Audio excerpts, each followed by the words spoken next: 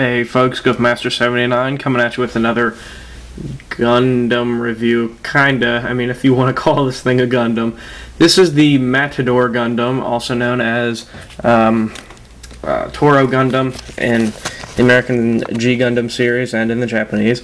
This is the little thing it came with here. This is the American version. It comes with quite a large set of instructions for being, you know, supposedly simplistic. Yeah. But basically, this thing transforms. That's why there's so big of instructions. He also does come with these. He comes with two separate sets of hands. He comes with left and right fist and a left and right open sword hand. He also comes with a long extended tail and a short one. I think the long one goes on this mode, actually, now that I think about it. So I'll just put that on there. And this guy is very hard to balance. He's just so top heavy. This was for Neo Spain, I think it was. He's supposed to look like a bull / matador, if you know anything about those, the bullfighting kind of people. It comes with his little sword here, I guess, and it comes with there might be a different name for this. It might not be a sword. There might be, you know, a spear or whatever, for whatever they use for bullfighting. And this little laser cape thing, fabric cloth, whatever you want to call it. It kind of reminds me of something of Victory Gundam, if you've ever known that. I don't think they ever subbed that in English. I don't know. But yeah, I mean, articulation for this guy. Let me take his accessories off. This was a request for Too Old for Toys. He wanted to see that. He and I were talking about some of the rather odd Gundams. But yeah, this is for you. Anyway, let me zoom out a little bit. Articulation on this guy: he has a ball jointed neck, ball hinged shoulders, double hinged elbows, which is pretty cool, swivel wrists. He doesn't really have a waist, since the whole bullhead is his waist. He has ball jointed ankles, double jointed knees, which is nice, pretty cool. But I mean, I don't care how much articulation you put on this guy. This guy's still friggin' weird, and I don't know. Ball jointed ankles, and these little parts can swivel. This little ring in the nose can swivel. I don't think it's removable. I'm not gonna try. But let me give me a little close up on this. See, he has little horns and little eyes up there. This is soft plastic. Interesting, I guess, to say the least.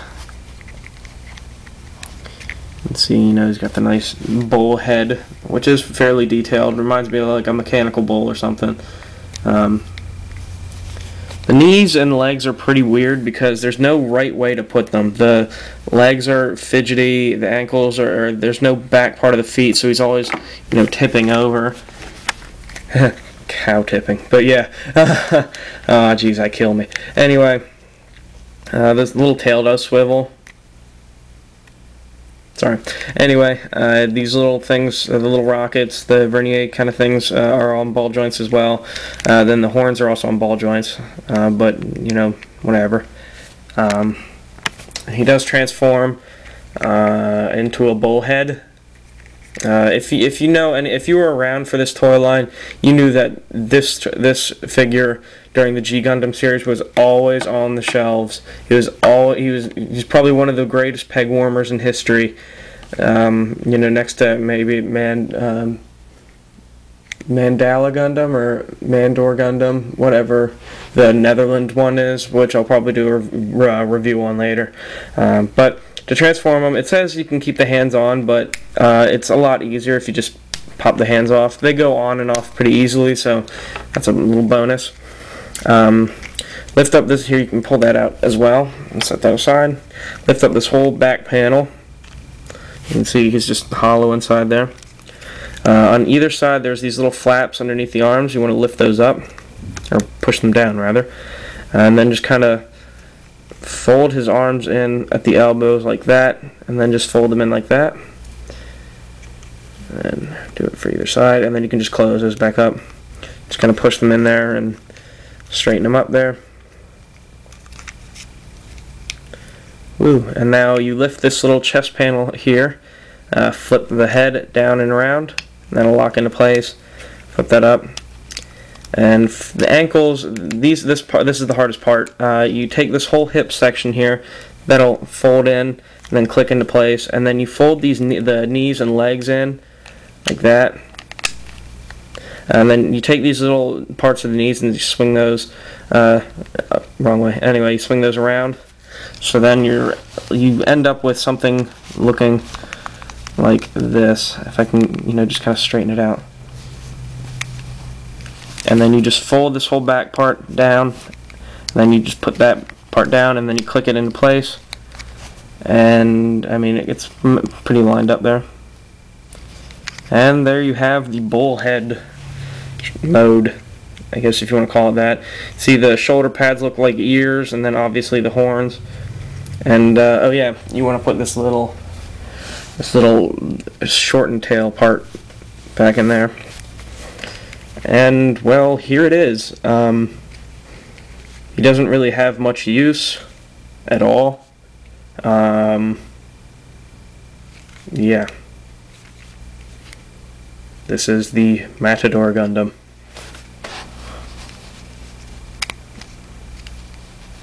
Yeah. Nah, it's pretty obviously, well, pretty obvious as to why this was a shelf warmer, or peg warmer, whatever you want to call it. Who wants to play with a bullhead, really? I mean, I don't even remember what he did in the show. I think he, like, flew around and, people.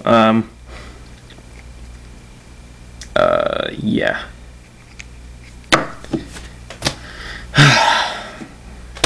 Well, I mean, that was the G Gundam toy line.